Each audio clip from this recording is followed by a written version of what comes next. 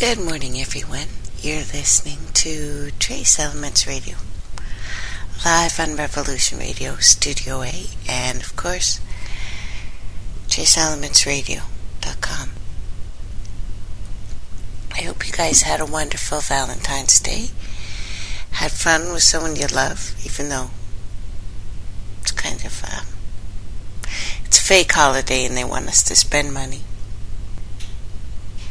I didn't actually go out this Valentine's Day. I usually do. So I guess, and I at least hope that you guys spent it with someone you love. I can't believe that today is the 16th of February. I was still thinking it was January. So I don't know if we just had another time jump. Another one of those Bernstein Bear events. Because there's definitely some things that went wrong. Got a lot to talk about today because our planet is pretty much ripping itself apart. Well, people are masturbating over what people have the right to this earth. The earth is pretty much saying, none of you. None of you. Because humans have experimented with the notion that we are stronger together if we compete with all other life forms. This has now proven completely false. We are entering a reversal of focus, I think, and fortune. We can go towards our true inheritance,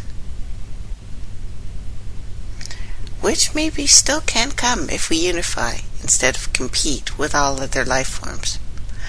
I woke up this morning, I heard this strange sound. Looked outside and I saw an eagle. An awesome bald eagle flying right through downtown Guelph. Now, it's heartbreaking to remember that populations were devastated, almost uncontrollably, from DDT and other pesticides getting into their food chain, as well as trophy hunting, pest control. Humans have a responsibility to peacefully, respectively, live with all other organisms. We have forgotten we are just an organism here. And I realize if you read some of the, well, pretty much all of the religious works, we are the main guy. If we are not the main guy, please. We think our brains are so big. Except what we've done, what we've tampered with, specifically, has changed this earth. And one of the most pervasive and mysterious phenomenon in this universe, called by many things, but basically it's magnetism. And what is more mysterious about it, I think, is how life uses it, needs it, relies on it. It is amongst the most complex biologic phenomenon in the universe. And as a scientist knows it, magnetism is that invisible pull that surrounds magnets, electric currents, even electrons that circle the heart of an atom, if you believe in that idea of it. Probably not completely wrong. I'm sure it's not completely right. Physicians don't get it. They don't understand it. They use it though. Physicists, the same. They don't understand it. They of course use it. Cells use it. And in more ways than most can even fathom. I want to reflect our knowledge as we know it today, because we have some devastating events happening right now on this planet, and it's already affecting each and every one of us. There's no way to hide from it. You can't move away from it. We are connected in ways that if we don't get it now, we will get it later. Mama is no longer playing with us.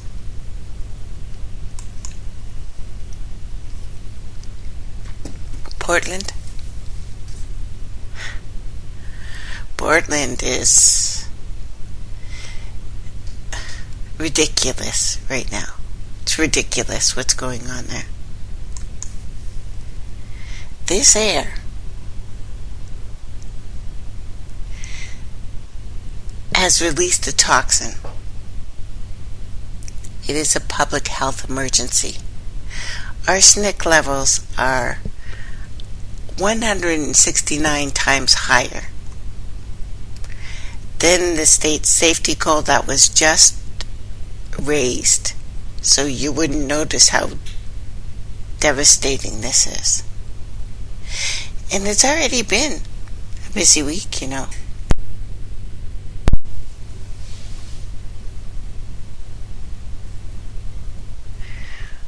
Warm records, cold records, fish and animal diets, a plethora of quakes, volcanic eruptions, nuclear plant in New York deemed unsafe, radioactivity is leaking into the Hudson. Air travels, we know this, right? We have this thing called a jet stream that moves like the currents of the ocean, that can't be stopped, can't be controlled. And I realize it's much easier for people like Dutch Sense and said followers of that to think that the U.S. government or the governments of England, Britain, this planet have a control of this. It's much easier and maybe even less scary to think HAARP did it. Not that we are connected to a system that we have no idea how it works. That if one thing is connected and affected, that all things are connected and affected.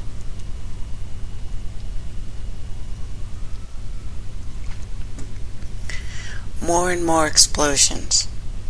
A drone captured the damage caused by a deadly explosion. Russia. 7 people died. 35 remain trapped in rubble after, they say, a gas explosion ripped through a tower. Spring has arrived in Holland. 6 weeks early. Trees and flowers are blooming.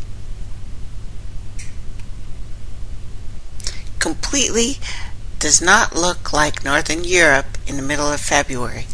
Saturday, we had the coldest day ever reported or recorded in many places around Toronto, Ontario, Canada. Yesterday, we had fog. This is supposed to be coldest day in winter. Or, you know, around there. We had fog. It's snowing lightly right now. We have a light dusting, but if it snows, it's warm. You get that, right? So, levels of radioactivity leaking into New York's Hudson River. 65,000% spike in radioactivity. Los Angeles prosecutors filed criminal charges against Southern California's gas company. Last week, homes were destroyed by a gas explosion following a 7.1 magnitude earthquake in Alaska. The Porter Ranch gas leak is the exact same accident waiting to happen all along the San Andreas fault line. These are not isolated events. You need to understand that. The planet is moving. In an event that happened that caused the continent. It can't be ignored anymore. It can't. So keep in mind and your heart that this has been building for decades and would be the focus of any awakened, empowered society if one existed now. We would be dealing with these matters, not beating off over a freaking music awards show or a halftime show. She hurt my feelings because she had black people on there. They hurt my feelings. Your feelings are hurt? Really? Your feelings are hurt. The planet is splitting itself in half all over the world. And you're still worrying about who owns a little bit of land. You don't own it. The feds don't own it. The governments don't own it. No one owns this earth. Not a piece of it. Know where you step. She has been here longer. She will be here long after. Get over yourselves. Get over yourselves, really. North Americans, well, I'd have to say the majority of this planet are addicted to distraction, addicted to denial. They know way more about celebrities than pretty much anything else. And as a whole, it's not going to be seen as something valuable to the masses. If we, in North America, let's just say, or the world, we have to look at the world, suddenly thrust into a live free or die situation, a worldwide, continental, solar system significance, which we're in right now. Get that straight. We're in this right now.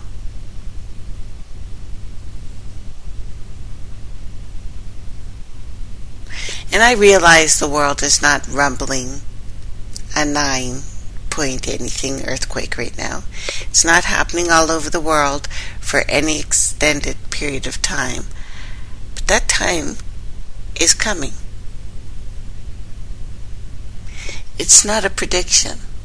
It's not a prophecy. It's obvious. So shouldn't we be prepared?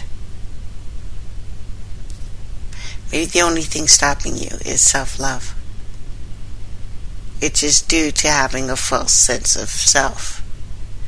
When you are connected at a soul level, you will be feeling this planet.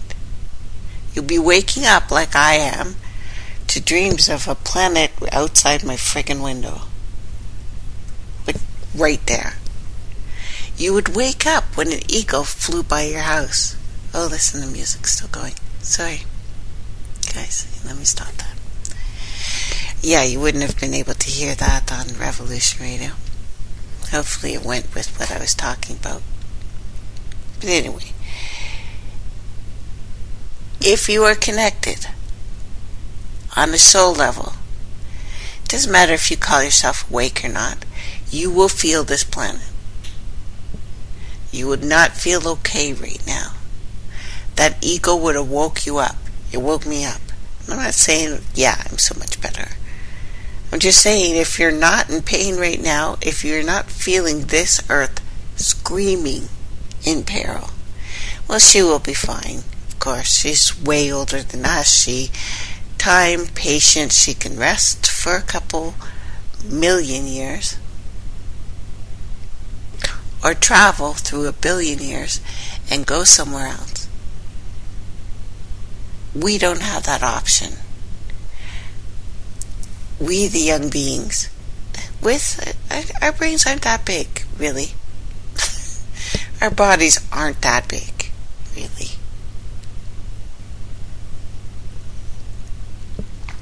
We're young in the scheme of things. Maybe we incarnated to try something else. What we've tried isn't working. It's not. Think enough people were connected on the soul level to this planet?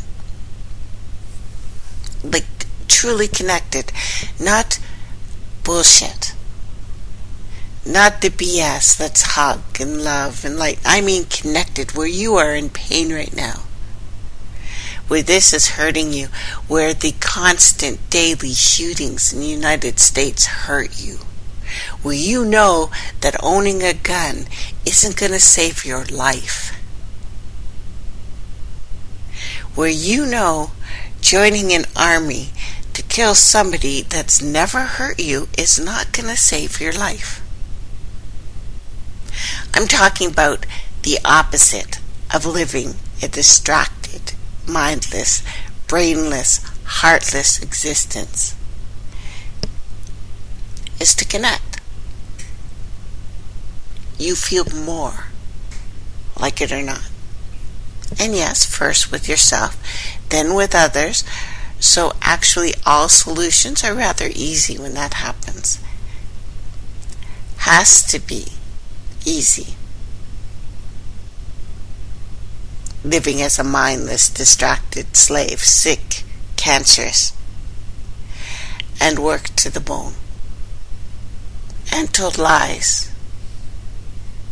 If not, are you ready for a true soul connection? All life forms? Then from my soul to your soul. High five. And it's hard to believe.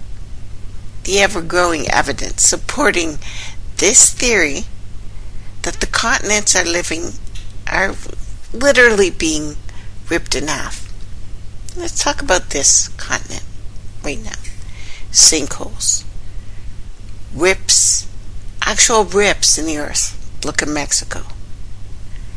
Continental torque. Strange smells now coming from the earth. Ancient animals that we've never seen. Strange noises like the screeching of rock. Earthquake uptick all over the world, including here. Strange behavior in the Atlantic Ocean, with shipping itself coming to a halt. The jet stream. The jet stream is more extreme, more pronounced. The Gulf Stream looks like to me it stopped. The intense and suicidal fracking at sensitive fault lines, including New Madrid, San Andreas. Stupid. Very, very stupid. Geoengineering causing a tectonic stress. And yes, that needs to be emphasized. And again, our planet is wobbling more than ever. Many more things. How much more do you really need to see to know the splitting of North America through the New Madrid fault line is even more likely to happen? Do you think it's Naribu? I know people from Zeta talk to. They've been sending me stuff. I don't know how I got on their friggin' list. So the New Madrid fault. What is it? Why is it so much on the tips of tongues these days? The New Madrid fault essentially follows the Mississippi River from Illinois to Arkansas. The fault system or the New Madrid seismic zone, is a series of faults beneath the continental crust in a weak spot known as the Real Foot Rift. Cannot be seen on the surface, so stop showing me pictures of it. You can't see it. The fault system extends 150 miles southward from Cairo, interesting name, Illinois, through New Madrid and Cathersville, Missouri, down through Blytheville, Arkansas to Mark III, Arkansas.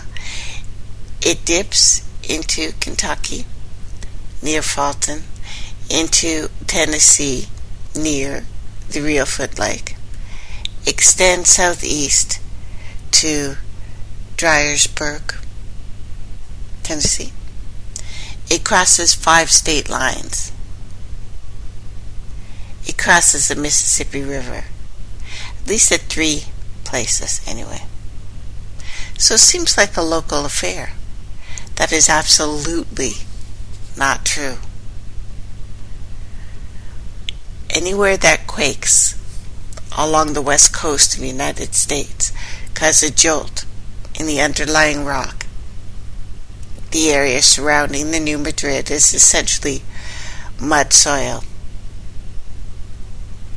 Anywhere that people have dug, as a matter of fact, has pulled up trees that are no longer holding or supporting the ground together.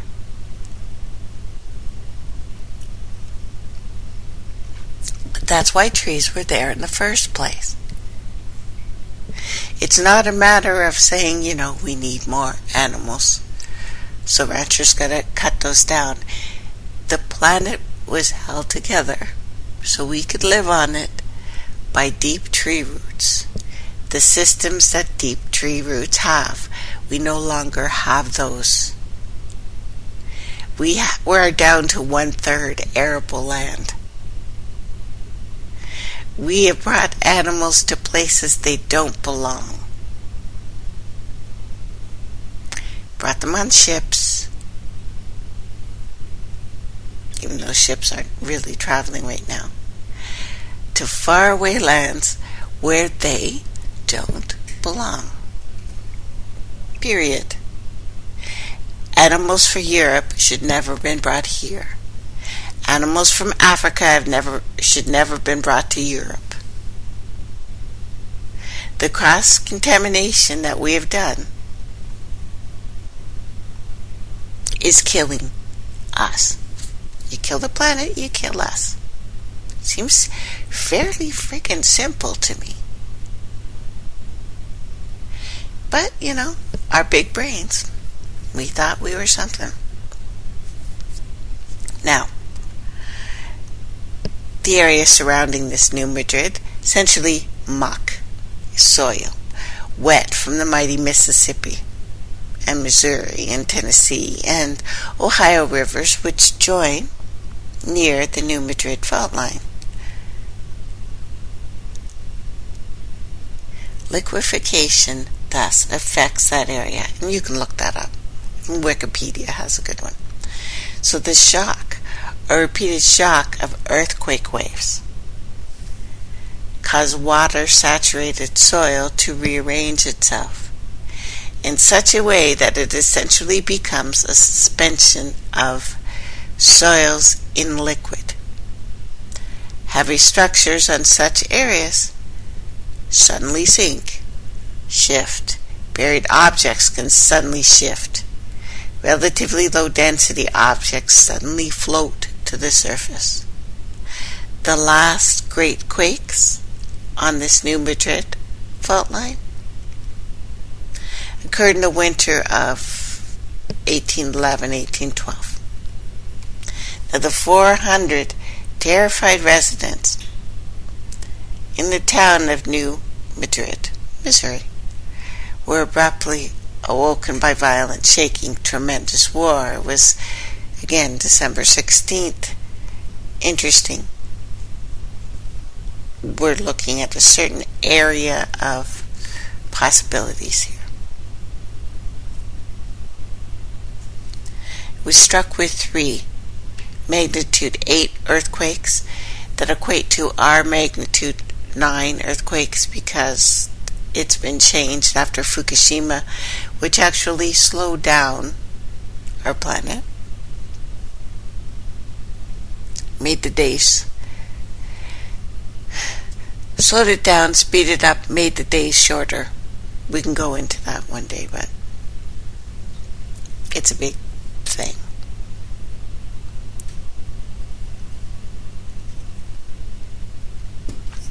Anyway, by winter's end that year, 1811, few houses with 125 miles of the Mississippi River of the New Missouri remained undamaged. A crew of the New Orleans first steamboat on the Mississippi, which was on her maiden voyage, reported mooring to an island, only to awake in the morning and find that the island was gone. It disappeared. Damage was reported South Carolina, Washington, D.C., but this affected the Earth. The entire Earth. When thing happens here, it's going to affect the planet. And I know I'm speaking very slow and condescending right now, but I've been feeling well, and people sent me links that were stupid. It's Naribu. It's HARP. It's the freaking planet. And what we've done to her. Yes, we've had an effect. It is not being triggered anymore by a big government conspiracy to kill you. They don't have to do that anymore. Your ass is already dying.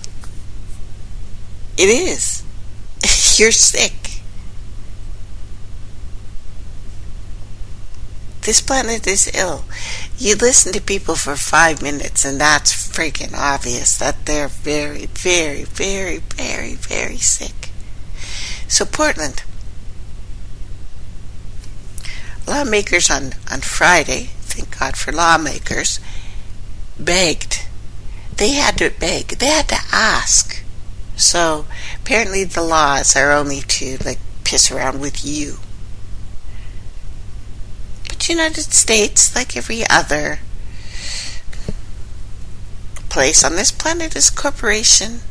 Has nothing to do with being your government. But let me go on. So federal lawmakers implored, like little bitches, the U.S. Environmental Protection Agency to respond to a growing alarm over what they said were dangerous amounts of toxic pollution in Portland's air. You know that air in one place eventually touches air everywhere. We are not tiny little cities of closed systems. We are one big system. Biologically, chemically, everything else. So as state regulators remain silent about plans to address the city's cancer-causing air pollution, others asked the EPA to intervene, calling the situation a public health emergency. 3 Oregon Democrats escalated the already high-profile chorus of political leaders, suddenly prodding, they say prodding, I'd say begging environmental officials to take a decisive action. Nice. So they're asking them, not demanding,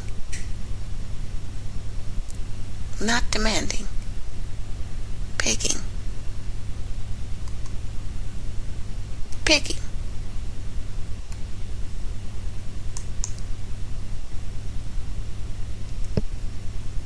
You know, and this is kind of a random thought right now.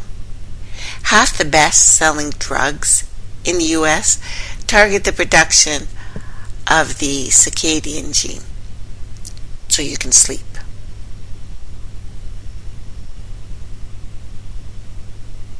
They don't ask why. For example, take the best-selling drugs, the statins, and they target how you sleep, your basic cycle. Here's how they do it. They increase the distance between the respiratory proteins for every increase in one. I think it's called angstrom, something like that. The rate of quantum tunneling of electrons drops tenfold. This drop has an effect in bioenergetics in a cell. This is why statins cause cognitive slowing, metabolic syndrome, fat, stupid, basically. They cause fat and stupid and tired. A fat, stupid, tired combo. Yeah. The tiny shifts in your thinking, even smaller changes in your energy, can lead to massive alterations of how you feel.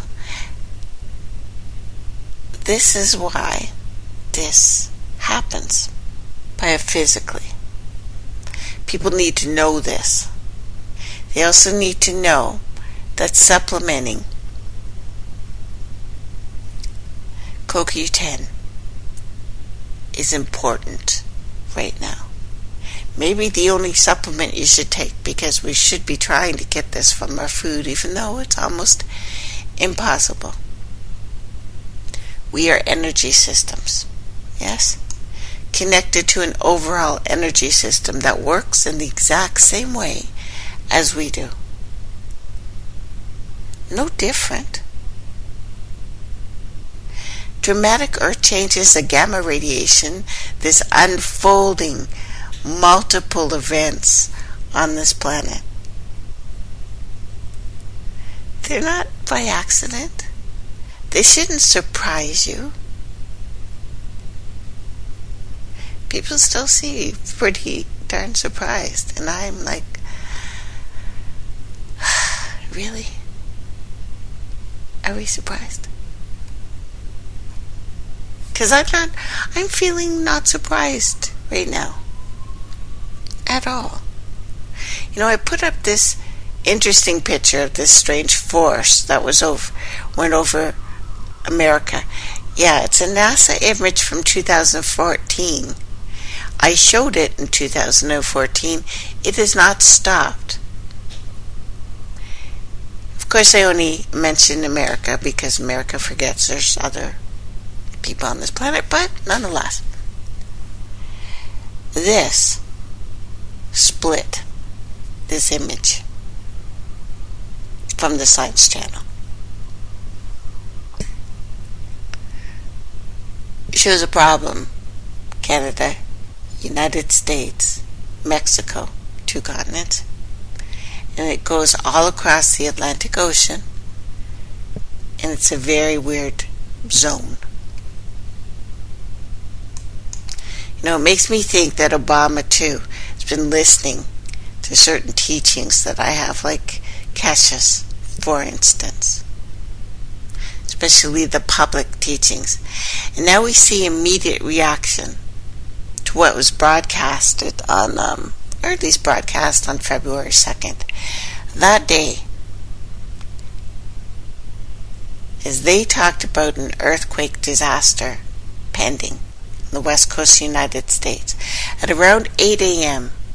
EST on Tuesday, 2nd of February, of course, 2016, the president issued a presidential executive order establishing an earthquake management team over the New Madrid. I told you about that. Now the story, I think by Michael Dole maybe, gives us the latest. It's something massive. People know it. There have been meetings like this all over the world. Talk of California, Oregon, Washington State. It's better you look at Oregon and look at the guys sitting in a reserve than look at Oregon and see the disaster happening there. And Washington. And California. These places are on the frontal lines. The very front lines of a potential devastation. The recent warnings that have been going on by experts about the Cascadian subduction zone could soon be toast. They've been talking about this for years, of course. But when events increase, and we were told about 20 years ago that Japan's earthquakes were increasing a little bit more every year, that this would trigger events that would be catastrophic worldwide. Because again, not a closed system. So recent warnings going out from the experts came just as interesting when Obama signed an executive order. It established a federal earthquake risk management standard. What is that exactly? Because these have been implemented all over the world. And I will put up the White House executive order thing. Do you want me to read it? Okay. Establishing a federal earthquake risk management standard. It's long. I guess the most important. Remember when we talked about a couple years ago? The government in the United States, and quietly all over the world, had made executive orders in which they could take over your land legally, take over buildings legally, make people work for them legally, take over your business and put it to another use legally. Why? Just to take your little rights, which you never had, by the way. You're on stolen land.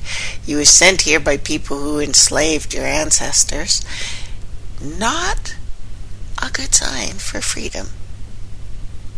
You know what I'm saying? Not a good sign. But they were going to treat you better. What I've learned, and I think this is my biggest lesson, even looking at the newest, completely lies, completely messed up, but you can find a little bit of truth to it. The history that we've been told, and what you can still hash out, that there is one rule. We will do anything to survive. If we have a choice between doing the right thing and something that helps us personally or family-wise, we pick option 2 every time. Yes, of course, there will be exceptions to the rules. There were some natives that did not buy slaves. They did not enslave other natives. There were some who did not enslave white people when they came over. There were some who did not enslave black people. But there were some who did all three. There are people in Europe who were never slave owners.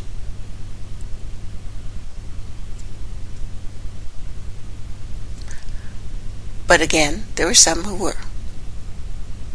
I'm not just talking about what happened here, because this is also another rule. The minute you have, or we, let's talk about we as a people, not caring shades of skin, the minute we have to be treated a little better than others, and doesn't matter skin color, doesn't. Africans had African slaves. Natives had native slaves. White people had white slaves. So the minute we get a chance to be treated a little better, we usually go for that option.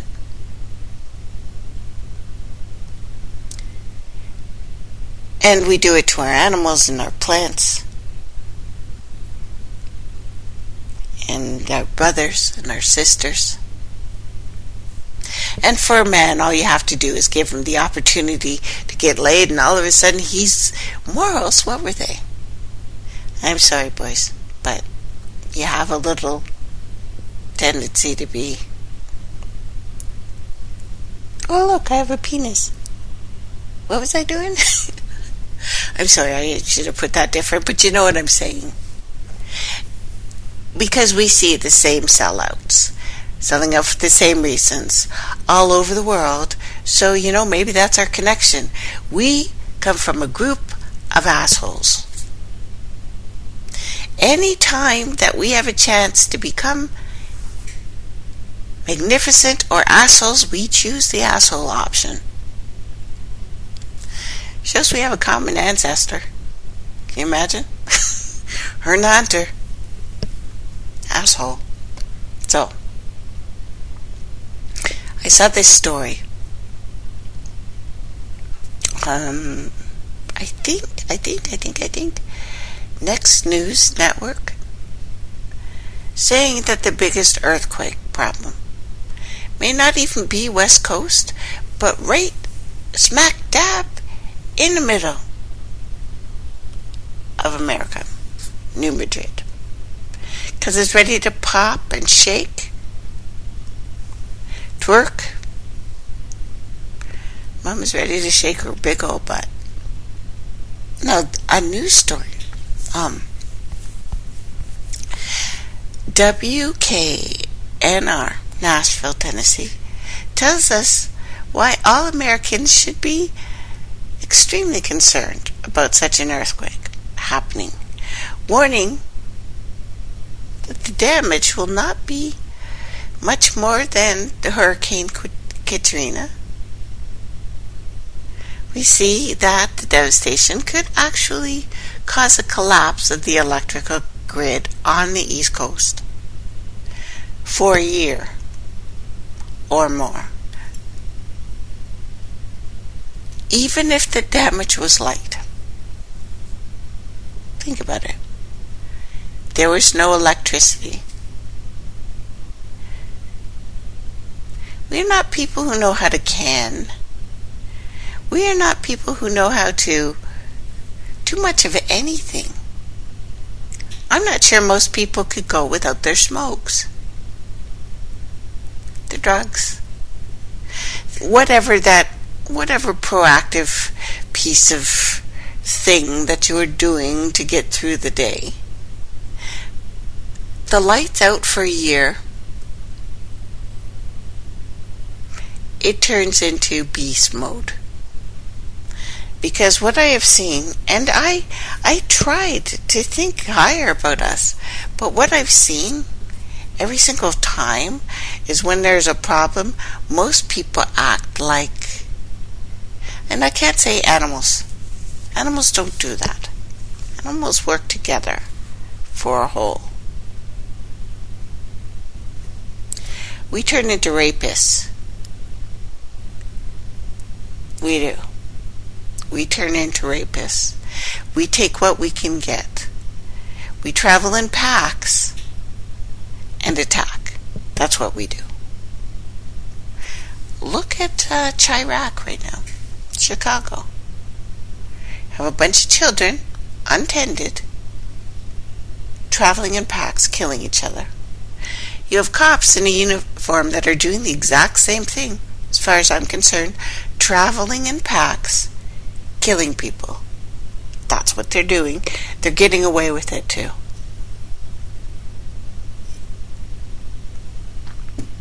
This has been predicted. I don't know. I'm not so much worried about the financial collapse, because there's always a financial collapse. The water wars, because there's always water wars. The coming food riots, because there's always food riots. I'm worried about what our brothers and sisters will do to each other, because I think we're going to rip each other frickin' apart. There will be small, of course, groups that won't be doing that. But again, if there is another event in Tennessee, like what happened in 1811, 1812, it would be the biggest, worst disaster in recorded history. People are killing each other now for no reason. We're not at war. Seriously, think about it. We're getting gun crime up here in Canada now. It's mostly Americans, I hate to say. But now it's happening more and more on reservations and in schools. We just had a school shooting up here.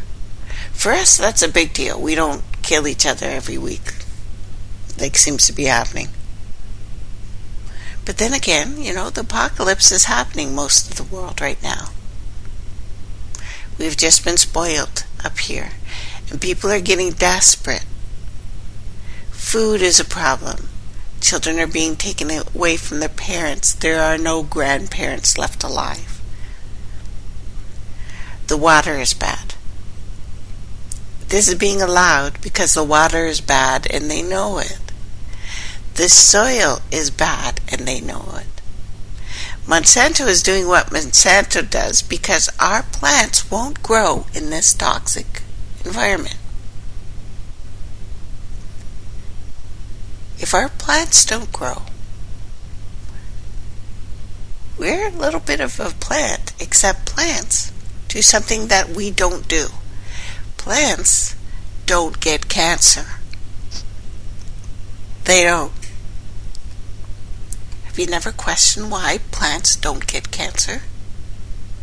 Because it gets worse, if you think about it. Animals that are not in captivity also don't get cancer. They don't. We are allowing this kiss of death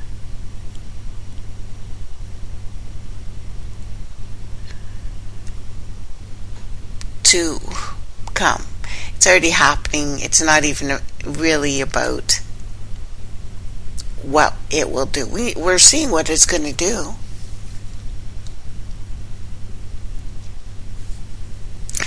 Because energetically, we know that micronutrients are not what feeds us. They do and they don't. If you want to find the secrets of the universe, think in terms of energy, frequency, vibration, Tesla. What we have called matter is energy. This vibration has been so lowered as to be perceptible to the senses. There is no matter. Einstein. Tesla said it. Einstein agreed. Modern physics has proved it. It is now actual. It is a fact. to say that everything, including our bodies, is made up of energy vibrating at different frequencies. Light orders all matter in us, in the universe. All matter is made of atoms. So how does the science of physics explain this? Really, kind of lame. They say the net solar radiation on Earth, well, it's a manifestation of balance between incoming and outgoing shortwave and long-wave radiation. All radiation are waves that have an amplitude and frequency.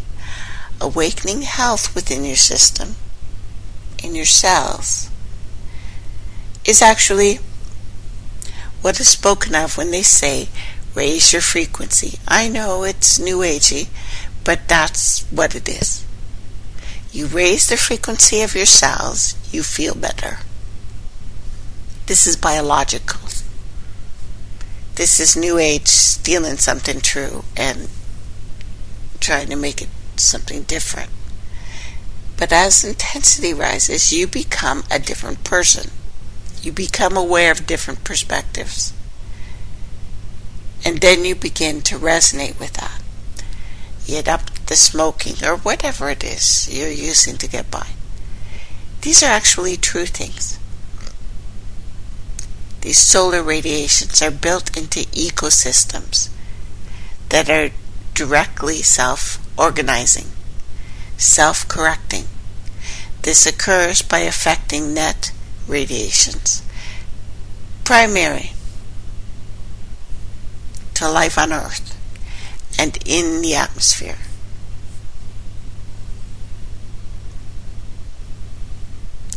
We need lipids, basically, sulfonated lipids, and proteins in our skin to diffuse solar radiation, to reflect harmful frequencies, to absorb the healthy ones. This is why we have different skin colors, not because of the aliens. Not because you're a better person if your skin color is one and not the other. Because we adapt. Plants do the same. By altering the chemistry on their leaves, our skin works no different. No different. Humans have the same ability in their skin as the plants, just not as intense. Okay, we'll talk about it some more when we get back. You're listening to Revolution Radio, freedomslips.com, 100% listener-supported radio, and now we return you to your host. Welcome back, everyone. You're listening to Trace Elements Radio, live on traceelementsradio.com and Revolution Radio Studio A. Now we're about to get sciencey here, because I'm going to show you what's happening on our skin and our planet and why this is a big deal. Japan was the first event in this series that it is going to happen. I'm going to walk us through what we can do. No, Pat, I'm not mad at you, sweetheart. Why would I be mad at you? I love you. So, solar radiation built into ecosystems that directly self-organize and are self-correcting. All systems work like this. Plants do the same by altering the chemistry on their leaves. Humans must have the same ability in their skin, and we no longer do. This is why dermatologists are saying the sun is bad for us. Solar radiations have to be optimized for water chemistry. Water absorbs best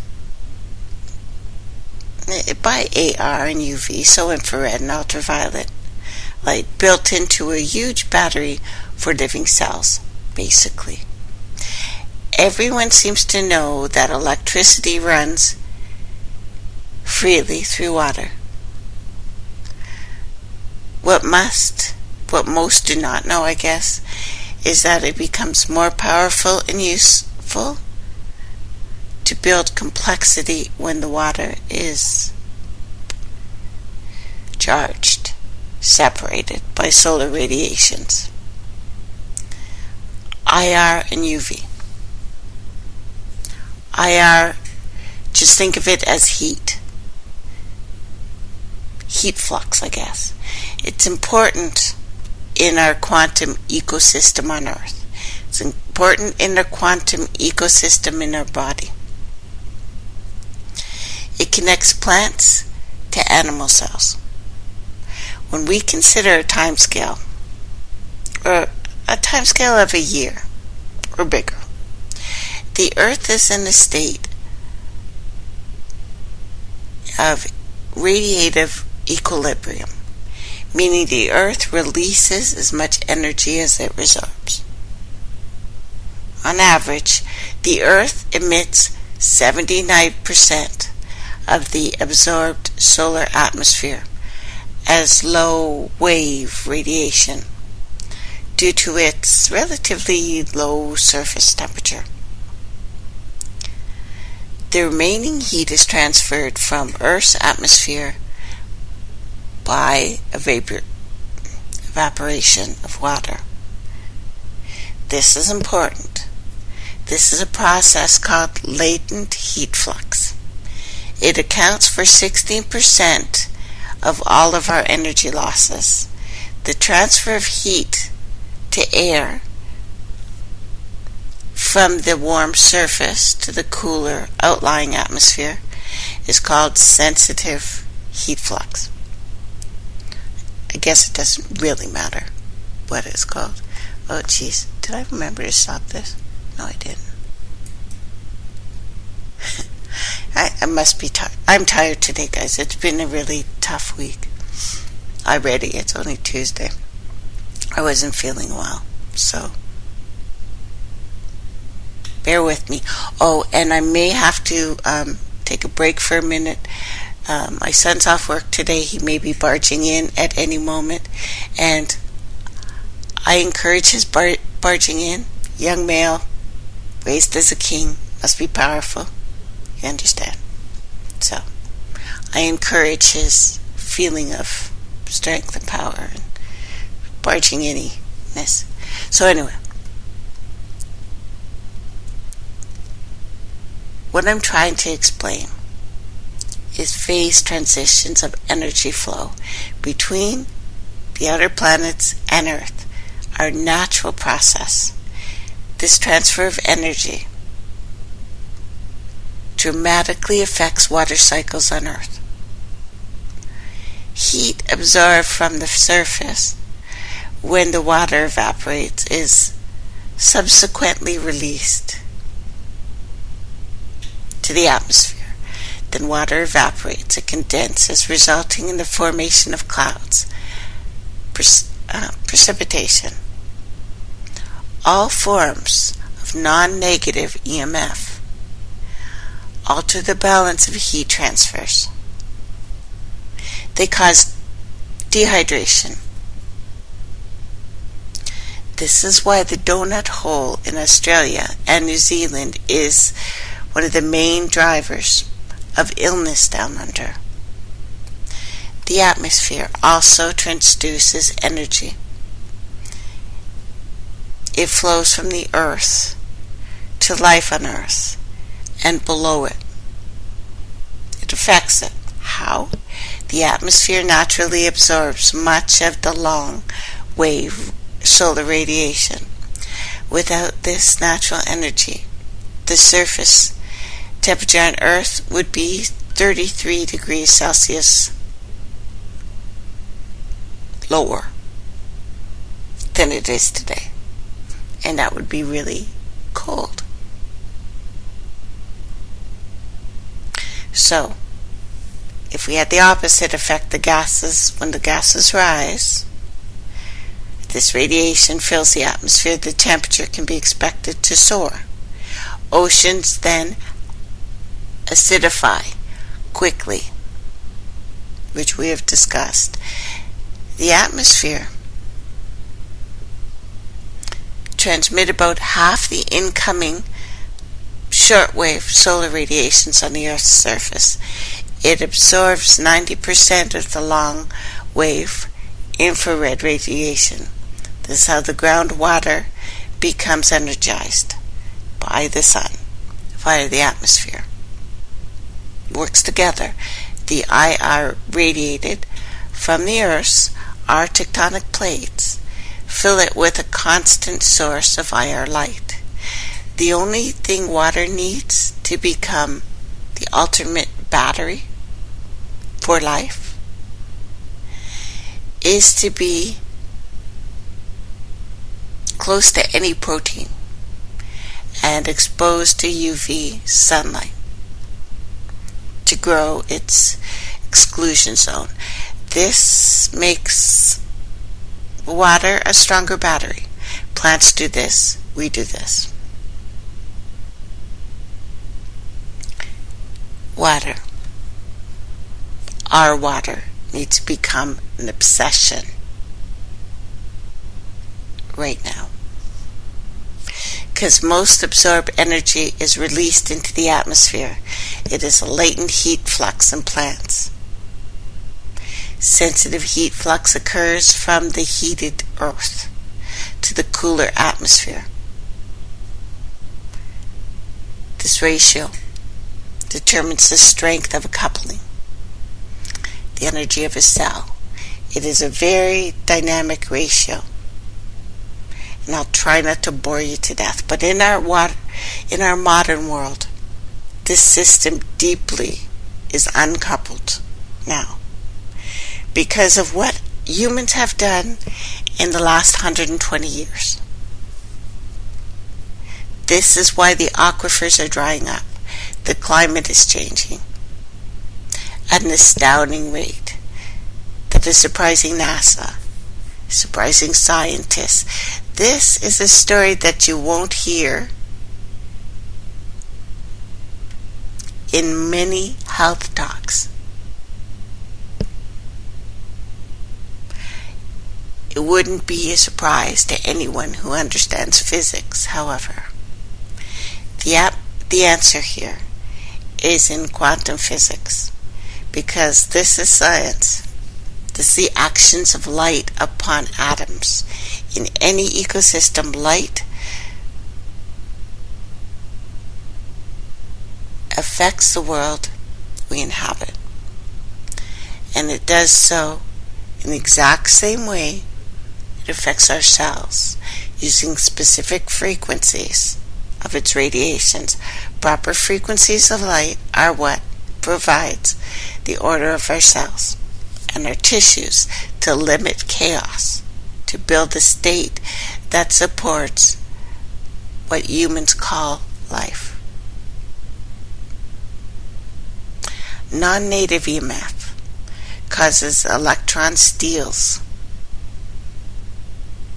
It is now being determined as a syndrome. It happens inside your cells and the water that surrounds your DNA. If you get stripped of electrons, it causes you not to be able to sense the Earth's magnetic field, nor the electromagnetic spectrum around your cells. The physics is not that complex, the words are. Look at how it works in cold water. Cold water is more dense, hence has more electrons. We are stronger in cold. When you are sick, if you need a transplant, they wrap you in cold. Works like that. There's something again that called DHA. It comes from marine seafood chain. It's present in colder water fish. The more electrons you collect, the more repulsion you can generate. Cold water or temperatures do not suffer from cold exposure. Your body's made like this. This is how polar bears and penguins and fish do it. They are linked to all marine seafood. They swim.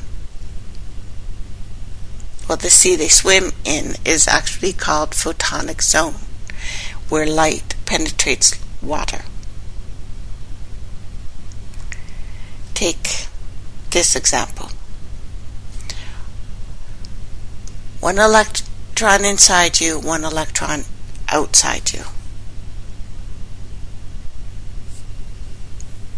Causes something physicists are calling photons. Photons is probably not the right word for it, but photon is a frequency of light. Photon can be a particle or a wave of light.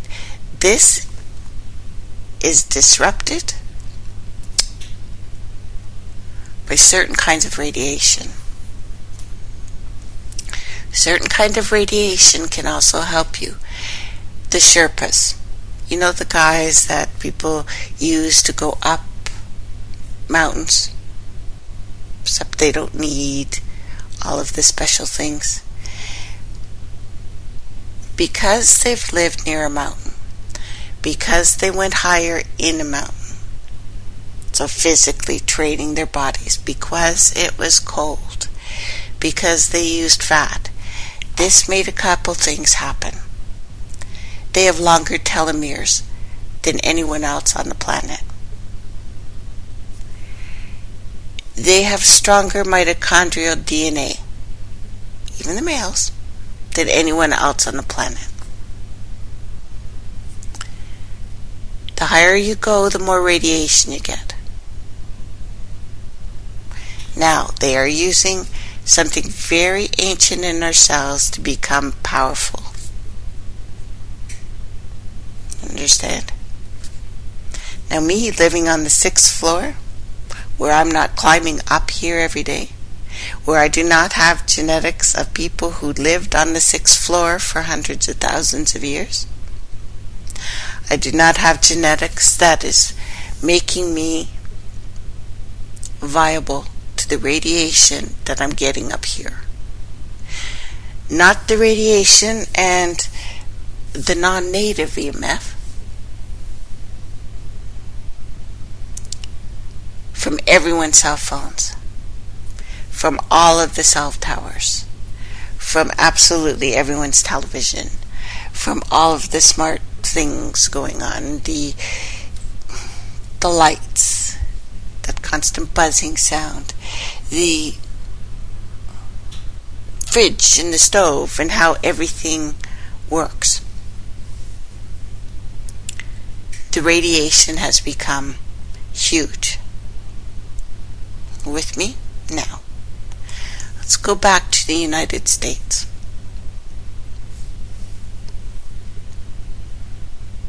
Even if it's less, if this new Madrid fault line goes off, and it will, they already said it's going to, it's a matter of time that this happens. Yes, leading to deaths. Yes, most likely leading to an EMP pulse.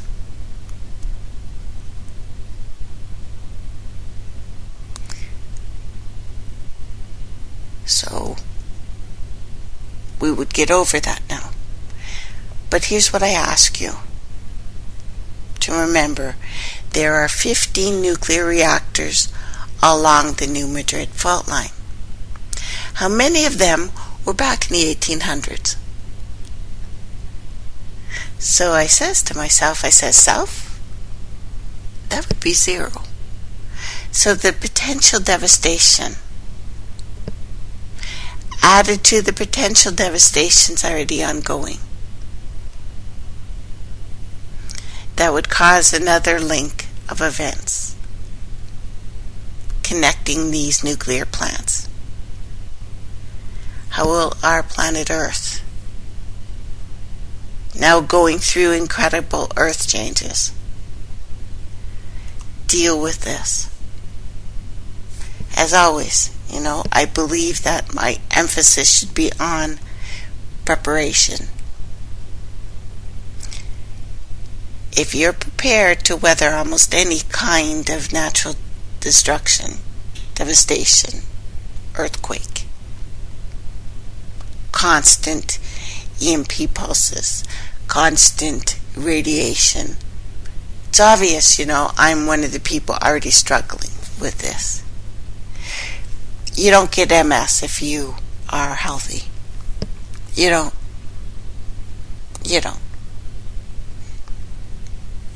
So, what do we do? Are there ways? Yes, actually there are. Now we're going to talk about not things that might work, not things that could work. Because our place, this beautiful planet, is already being affected by Fukushima, ongoing. Chernobyl, by the way, we have no idea how many tens.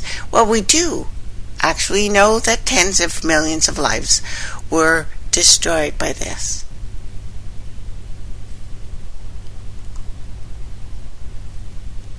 These two events, we have no idea because it's illegal to really talk about it. The radiation level from our cell phones, is too much.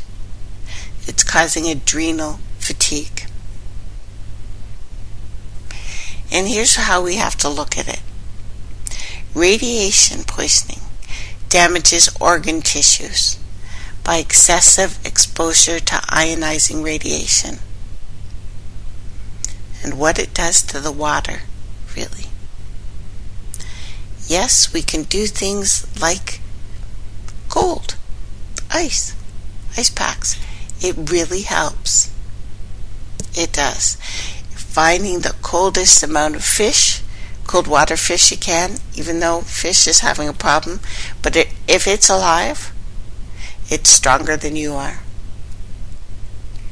Basically.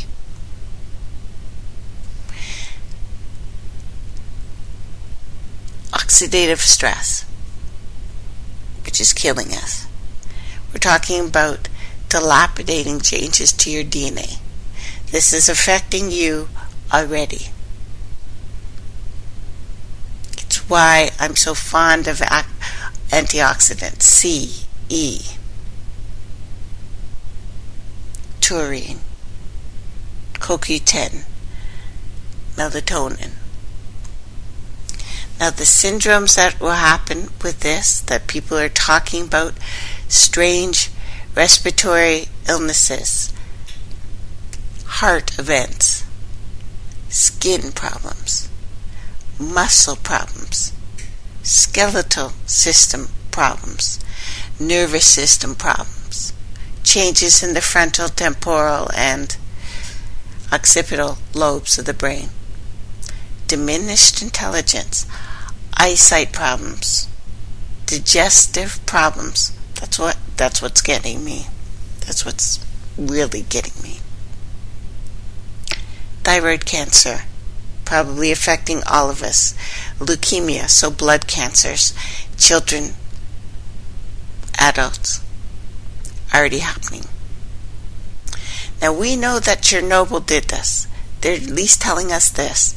Everything I've read to you has already happened. Chronic fatigue syndrome, you're tired. It's fatigue, they say, without a cause. This is a disruption. This is lingering illness of radiation.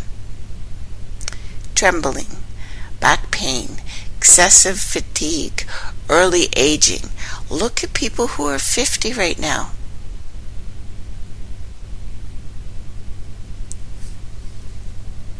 There is radiation in utero affecting children. They are being born with this. They've been born with this. Infections. People are getting infections that have never had infections. Our soil is contaminated. Our air is contaminated. The system is struggling as much as it can But we have just perhaps sent her over the tipping point.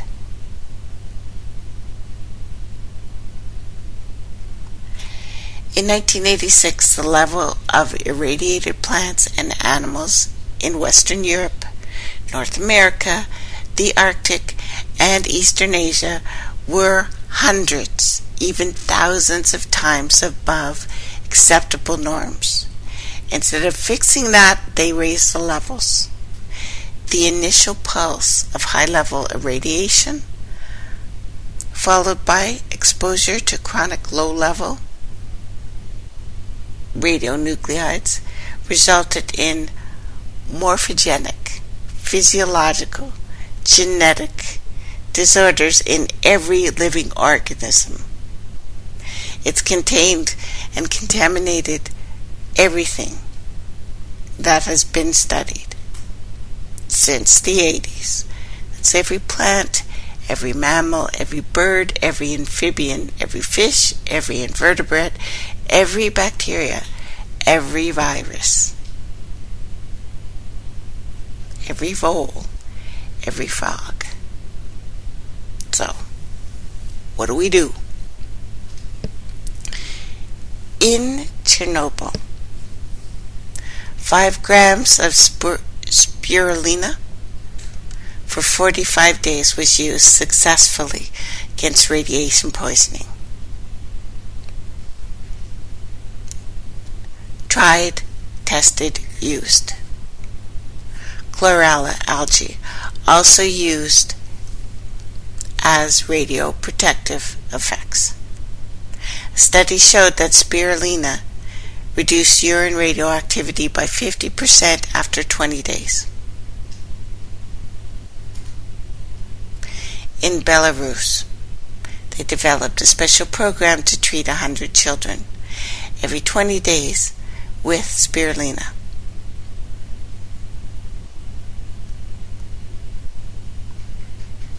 Five grams.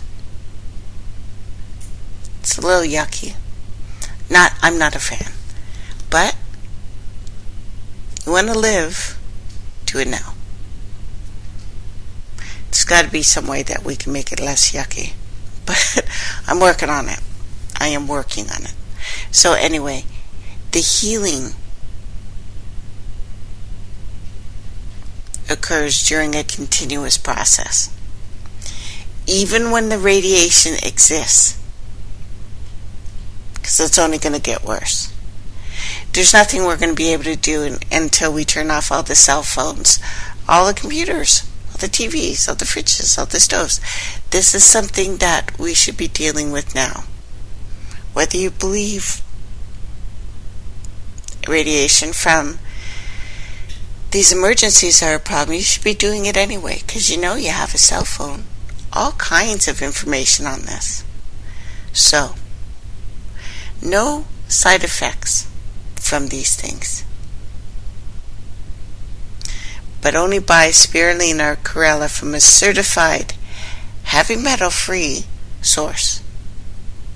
Studies on sea vegetables with sodium eglanate have shown that they selectively bond with radioactive strontium and eliminate from the body. So sodium alginate is found in many seaweeds, kelp especially. It binds tightly to strontium, calcium, barium, cadmium, and radium. Some sea breeds are contaminated with lead or arsenic, so you only want to consume seaweed that is deep ocean harvested. It's been tested to be free of metal toxicity. Kelp from South Africa, actually, but you need to really look. Black and green tea have been shown to be radioprotective when taken before or after exposure to radiation. So you need to be a teetotaler anyway. Tea you should be having every day. Find a way to like it. Put honey with it. We'll talk about honey. Honey is good. Honey is our friend. So, pectin. One of the most effective means of protecting against radiation. Pectin preparations, along with vitamins and minerals, have demonstrated high efficiency in eliminating radionuclides. Recommended dose 5 grams, once or twice a day for a month, 4 times a year. Now, most pectins, vitamin B1, 2, 6, 12, C and E, beta carotene, floric acid, trace amounts of K, ZN, Fe, Ca, flavoring, of course. Now, pectin is a really good idea for most people. Again, antioxidants, sulfur compounds, these things help. But we have to go really old school on this. And whether you think there's a problem or there could be a problem, could it hurt? I'm going by, we're already sick, whether we know it or not. And we've talked about this before. Eating honey. This is a form of mitochondrial and microbial time travel. There are billions of years of biological information encoded in your cells. Depending on what you eat or do not eat and do, the information is activated or it is shut off. We choose the switch with everything we put in our mouth at every moment. That's how fast you could change everything. This is a biological fact. Even in the distant past, it's embedded within the present. No one could have described it more aptly than, look at it this way. If you look deeply in the palm of your hand, you will see your parents and all the generations of all the ancestors. All of them are alive at this moment. Each is present in your body. You are a continuation of these people. If you know someone in your family that was very healthy, do what they did, that will still work. But realize that you now are not people 100 years ago. We are not even people 50 years ago. Our children being born, my God, they are so stressed. In a genetic sense, these new children of Gaia. So in fact, each cell in your body, along with all the cells in all the living organisms on the planet today, derive from the last universal common ancestor. This is Luca, estimated to have lived 3.5 to 4 billion years ago in the primordial ocean. It is the water itself. It is whether or not we dry up. We dry up, we die. We've talked about this. We dry, we die. These radiations cause heat. That's why water is so important. Just look at the illnesses as heat. Period. Easiest way to look at it.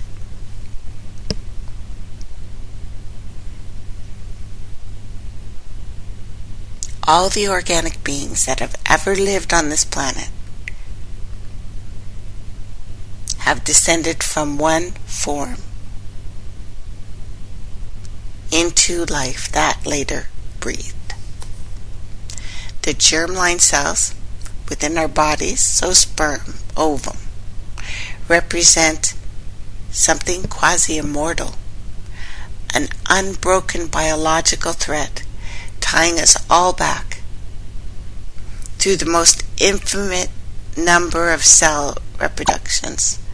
To Luca, these germline cells represent, against all odds, the resilience of biological systems to persist. Incredibly long stretches of time, incredible amounts of variations, adversity. These are deathless relative to somatic cells. It's probably why they use the name soma. In their biological information, it's been passed down from generation to generations for billions of years without interruption. And the water on Earth doesn't come from here. So, add another couple billion to that. Does that mean that this water that came from somewhere else already had billions and billions and billions of years? Maybe. They can't say I'm wrong. What's important here is that it will continue to be passed down, passed forward, within the successful conceived progeny of all species inhabiting this planet right now. The ones in the second ocean inhabiting it because they found life down there. Whether or not this planet sloughs off its top layer and starts again if we've screwed this one up too much, these processes will continue the exact same way.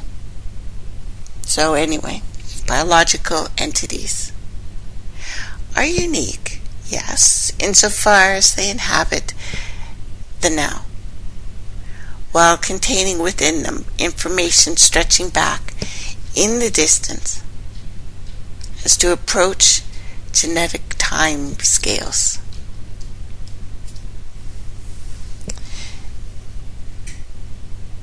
We need to look at microbial time travel, because this could actually be how we fix this. Because we're a little bit screwed up right now. We have overpucked with this planet and ourselves. So you must first, let me try to provide a context here. How our species self-definition has been completely transformed by a discovery that we are at least as much germs as we are human. We know now that we are far more microbial than human, as a matter of fact, constituted by at least 10 times more bacterial, viral, fungal cells than anything actually human. We are more accurately described, at least in biological terms, as something, a meta-organism, a quantum organism, if you like. We are not, or we are at least more than, some sort of hermetically sealed off-body isolated from outside life. We are not isolated. We are not different. We are everything we see. You probably see things more if you're related to them directly. We know plants communicate like that. They immediately like other plants that are family. Give that some thought. Maybe even more profound is the fact that the total genetic information in a body, all of it, is actually 99% microbial in origin. Many of these microbes performing life-sustaining functions for digestion, immunity, even thought. Even when we explore the most or the only private genetic combination of our cells, each individual one of us, we will find that the human genome is about 10% viral, actually retroviral in origin, and that our microbial are actually the ancient. Well, somewhere between 1.5 billion years ago, an ancient bacterial entered our symbiotic relationship with the cells. It began to perform oxygen detoxifying, energy producing functions by losing their independence, becoming our mitochondria. There was an ancient joining. Just one way of talking about what science says it happened. This could actually even be looked at something joined our rib, if you like. Sex. This is sex. You can learn more about this and how the microbe destroyed the ego, vaccine policy, patriarchy. I can read you that one day if you like. You might find it boring. I don't want to bore you to tears because I have a tendency to get a little heavy-handed on this stuff. But when we look at ourselves, I mean through a microbial lens, where we end and the living and breathing environment begins, becomes unclear. Becomes unclear as the boundary of our skin that we are not bound by. It breathes in, it breathes out. What we eat, what we expose ourselves to chemically, sound, light. And that only comes through and becomes critically significant in determining the state of our health, disease risk. It actually is important to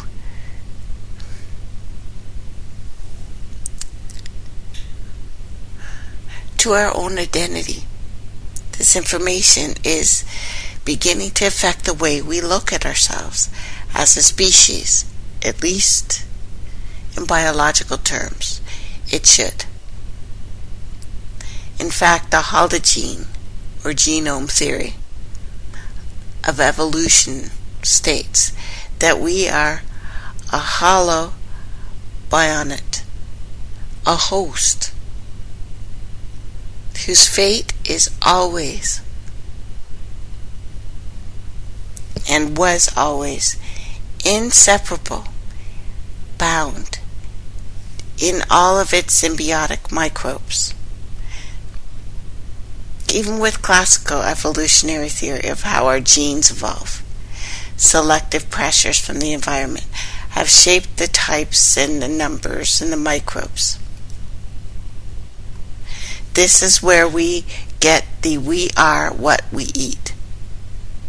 Because in molecular terms, the food we eat produces molecular building blocks and from our bodies that are constructed.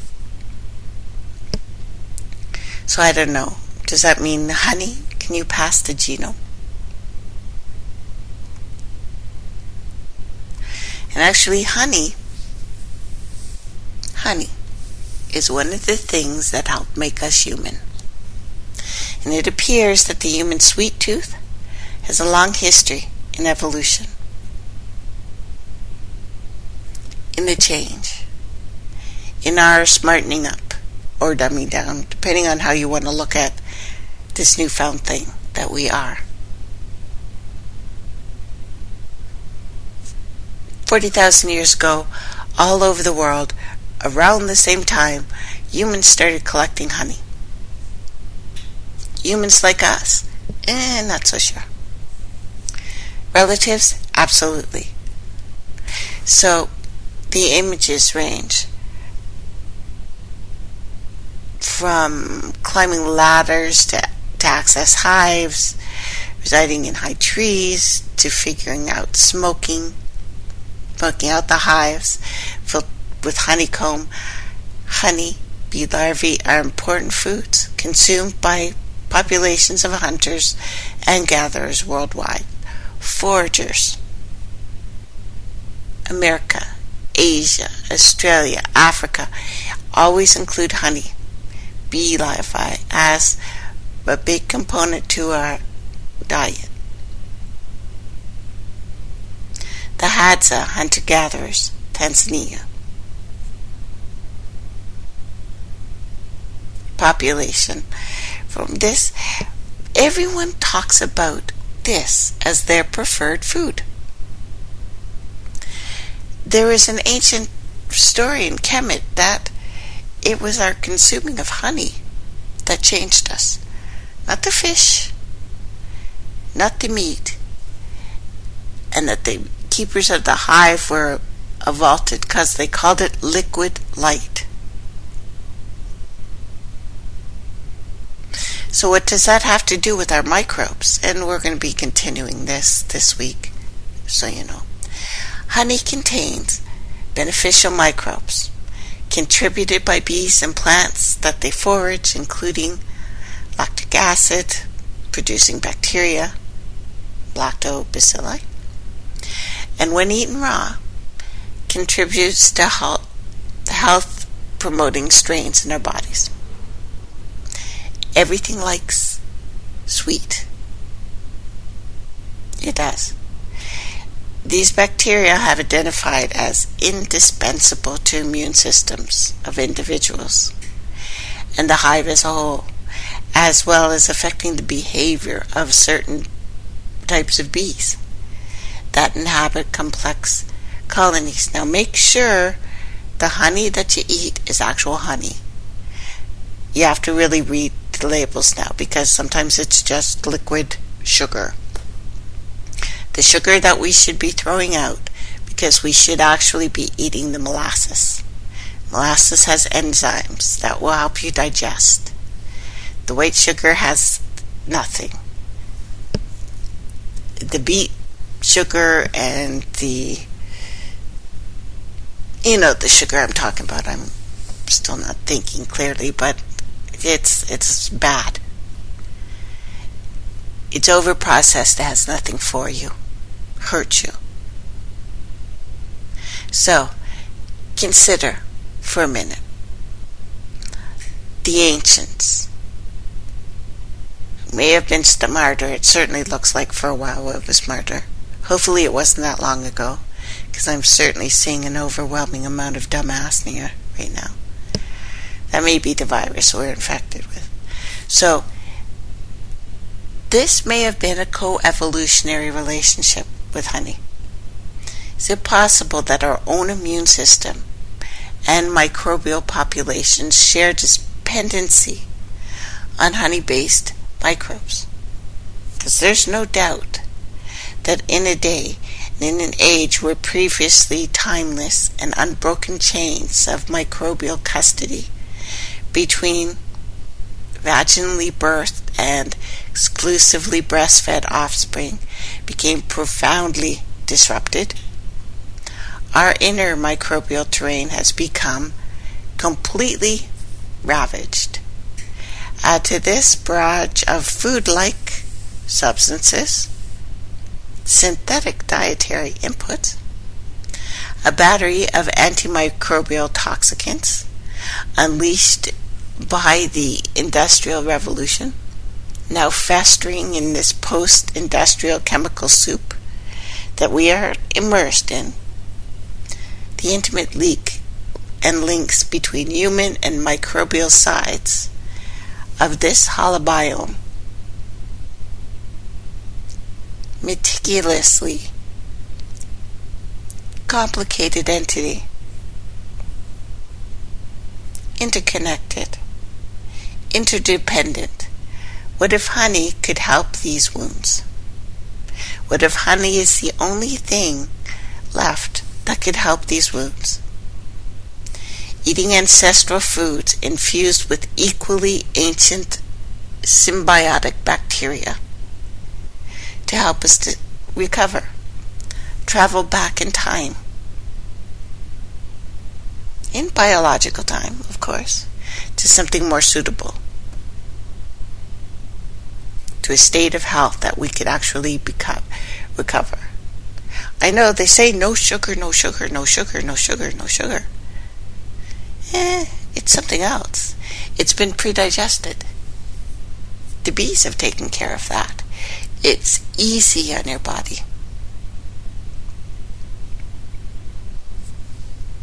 So could these bacteria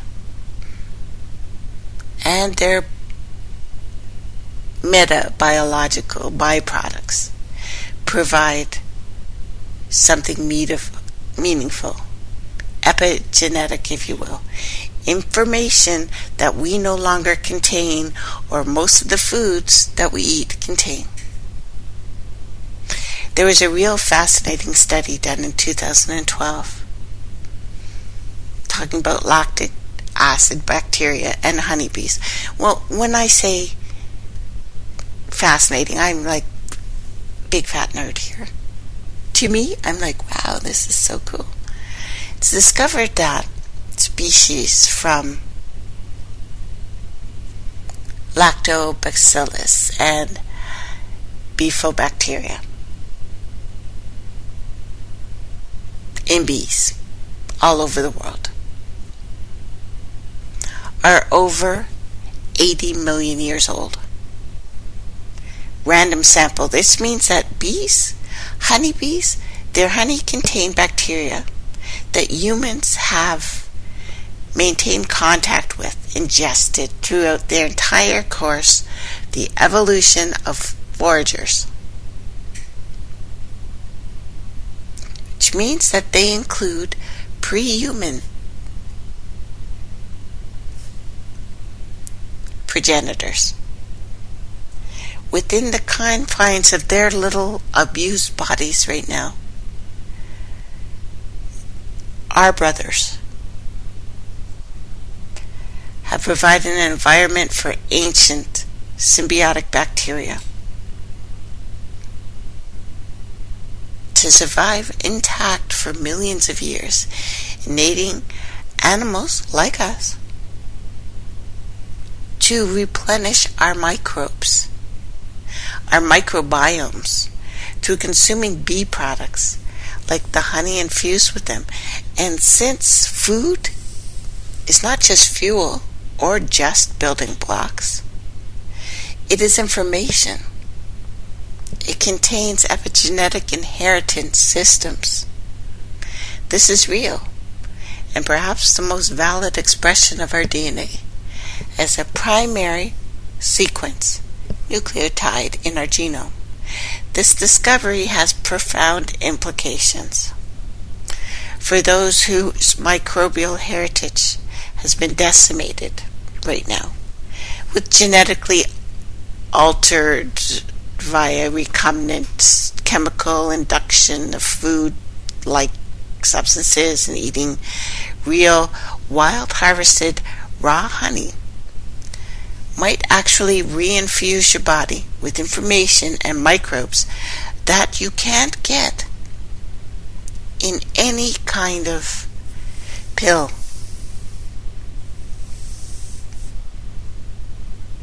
Now, of course, it's not limited to honey. It's technically everything we eat or do not eat will affect the trajectory of our health, where it's headed as a species.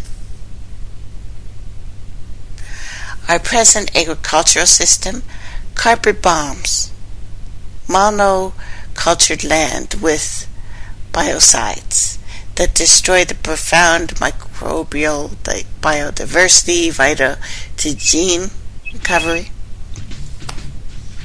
We'll talk about this on Thursday, guys, so definitely something to look into. And this could be our quick fix. And we like sweet. Even our babies are programmed to like it. Most animals are too. Could be the trick. Could be a cheap one. Get real honey. Okay, have a good day, guys, and bye for now.